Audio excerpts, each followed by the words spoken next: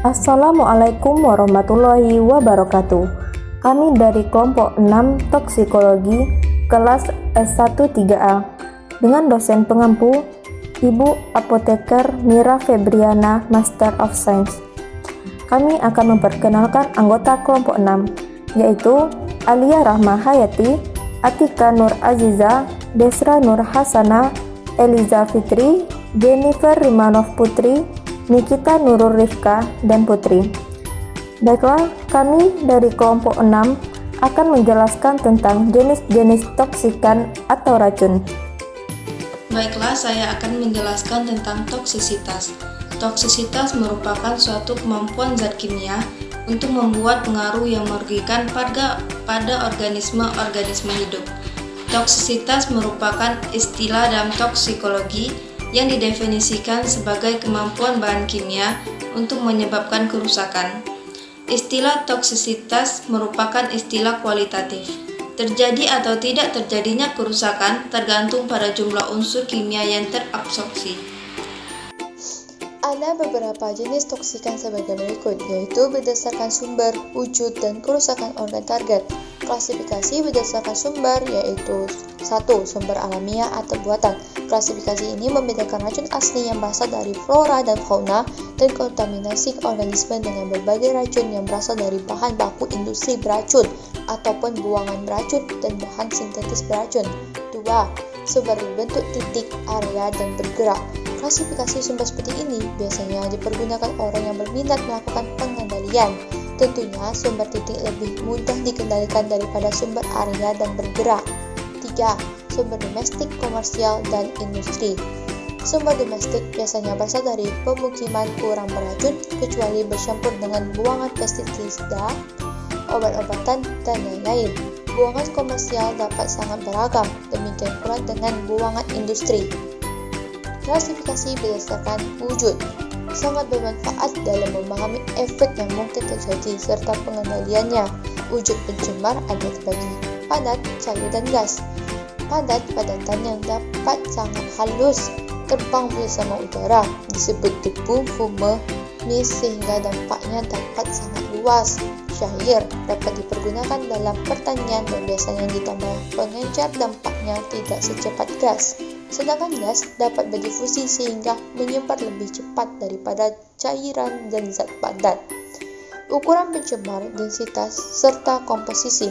Hal ini akan memberikan petunjuk mudah tidaknya pencemar memasuki tubuh host dan cepat tidaknya menimbulkan efek serta seberapa jauh efek tersebut.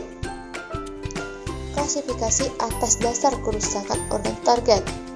Hepatotoksik beracun bagi hati, nefrotoksik beracun bagi ginjal, neurotoksik beracun pada saraf, hematotoksik beracun pada sel darah, pneumotoksik beracun pada paru-paru. Baiklah, selanjutnya saya akan membahas racun biotis atau biotoksin. Racun biotis merupakan zat hidup dan bisa berkembang biak jika lingkungan mendukung. Racun biotis bersumber dari biota di mana ada yang racun asli atau racun primer dan racun sekunder yang ada karena kontaminasi di lingkungannya.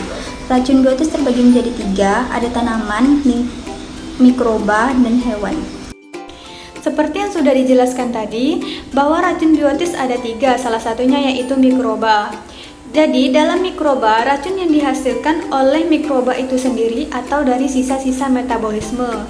Dalam racun biotis ada eksotoksin dan ada endotoksin. Eksotoksin dibuat dan dikeluarkan dari tubuh oleh bakteri, sedangkan endotoksin dapat dirasakan jika ada sel bakteri yang hancur. Ada beberapa contoh mikroba pembentuk racunnya yaitu ada Vibrio cholera, Clostridium botulinum, Pseudomonas cacovenus, Staphylococcus aureus, mycotoxin, algatoxin, dan lain-lain. Kemudian ada juga contoh racun berupa metabolit organisme. Salah satunya yaitu ada NH3 atau biasa disebut dengan amonia, nitrat, nitrit, CO, CO2, derivat sulfur, dan lain-lain. Yang selanjutnya adalah racun tanaman. Racun mitotoksin atau racun fungi itu dihasilkan oleh si fungi itu sendiri. Begitu juga dengan racun algae, dihasilkan oleh si algae itu sendiri. Umumnya, tanaman yang beracun mempunyai sifat yang labil pada panas dan larut dalam air, mempunyai rasa yang sangat pahit dan juga bergetah seperti susu ataupun sifat-sifat yang lainnya. Fungi yang beracun contohnya seperti Classifice purpurea, Aspergillus flavus, Fusarium roseum, Fusarium trichinctum, Penicillium species, Aspergillus species. Untuk algae yang beracun contohnya seperti Pyrophyceae, Cyanophyceae, Cyanobacterium, Chrysophyceae. Selanjutnya ada racun hewan. Hewan yang beracun sangat banyak di luar sana, contohnya seperti ular, lebah, kalajengking, ataupun hewan beracun yang lainnya. Penawar dari racun itu sendiri juga dibuat oleh hewan itu sendiri. Saya akan melanjutkan penjelasan mengenai racun abiotis. Abiotis merupakan zat yang tidak hidup dan bisa berubah menjadi bermacam-macam senyawa, seperti racun antropogenik, logam, dan non-logam. Nah, jadi racun ini adalah racun yang tidak hidup atau tidak berasal dari makhluk hidup. Artinya, selain dari mikroba, tanaman, dan hewan, racun ini biasanya jenis logam yang didefinisikan sebagai elemen yang dalam larutan air dapat melepaskan satu atau lebih elektron dan menjadi keton. Karakteristik logam antara lain berkilau, mempunyai konduktivitas yang tinggi, serta kuat dan lentur. Baiklah, untuk penjelasan selanjutnya akan disampaikan oleh rekan saya. Baiklah, selanjutnya adalah material yang jika dilarutkan air bisa melepaskan satu atau lebih elektron dan menjadi karbon. Selanjutnya adalah jenis logam. Jenis logam ada 5. Yang pertama, logam berat dengan berat jenis besar dari 5.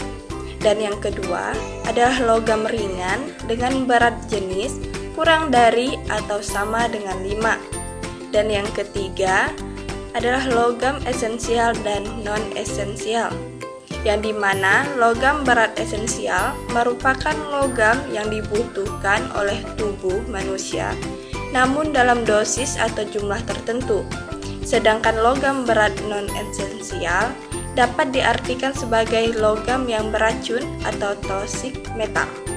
Yang keempat adalah trace mineral atau mineral mikro, merupakan kelompok mineral yang dibutuhkan tubuh dalam jumlah yang sedikit. Walau hanya diperlukan dalam kadar sedikit, fungsinya tetaplah besar untuk fungsi sistem tubuh.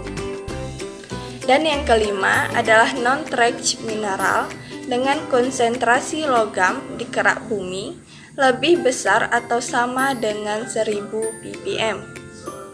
Dan yang selanjutnya adalah racun non-logam. Yang pertama adalah polycyclic hydrocarbon atau PHA. Yang kedua adalah olefin terklorinasi. Yang ketiga adalah dioksin terklorinasi. Yang keempat DTT dan DDE. Kelima analisiklik terklorinasi. Yang keenam binevyl terklorinasi.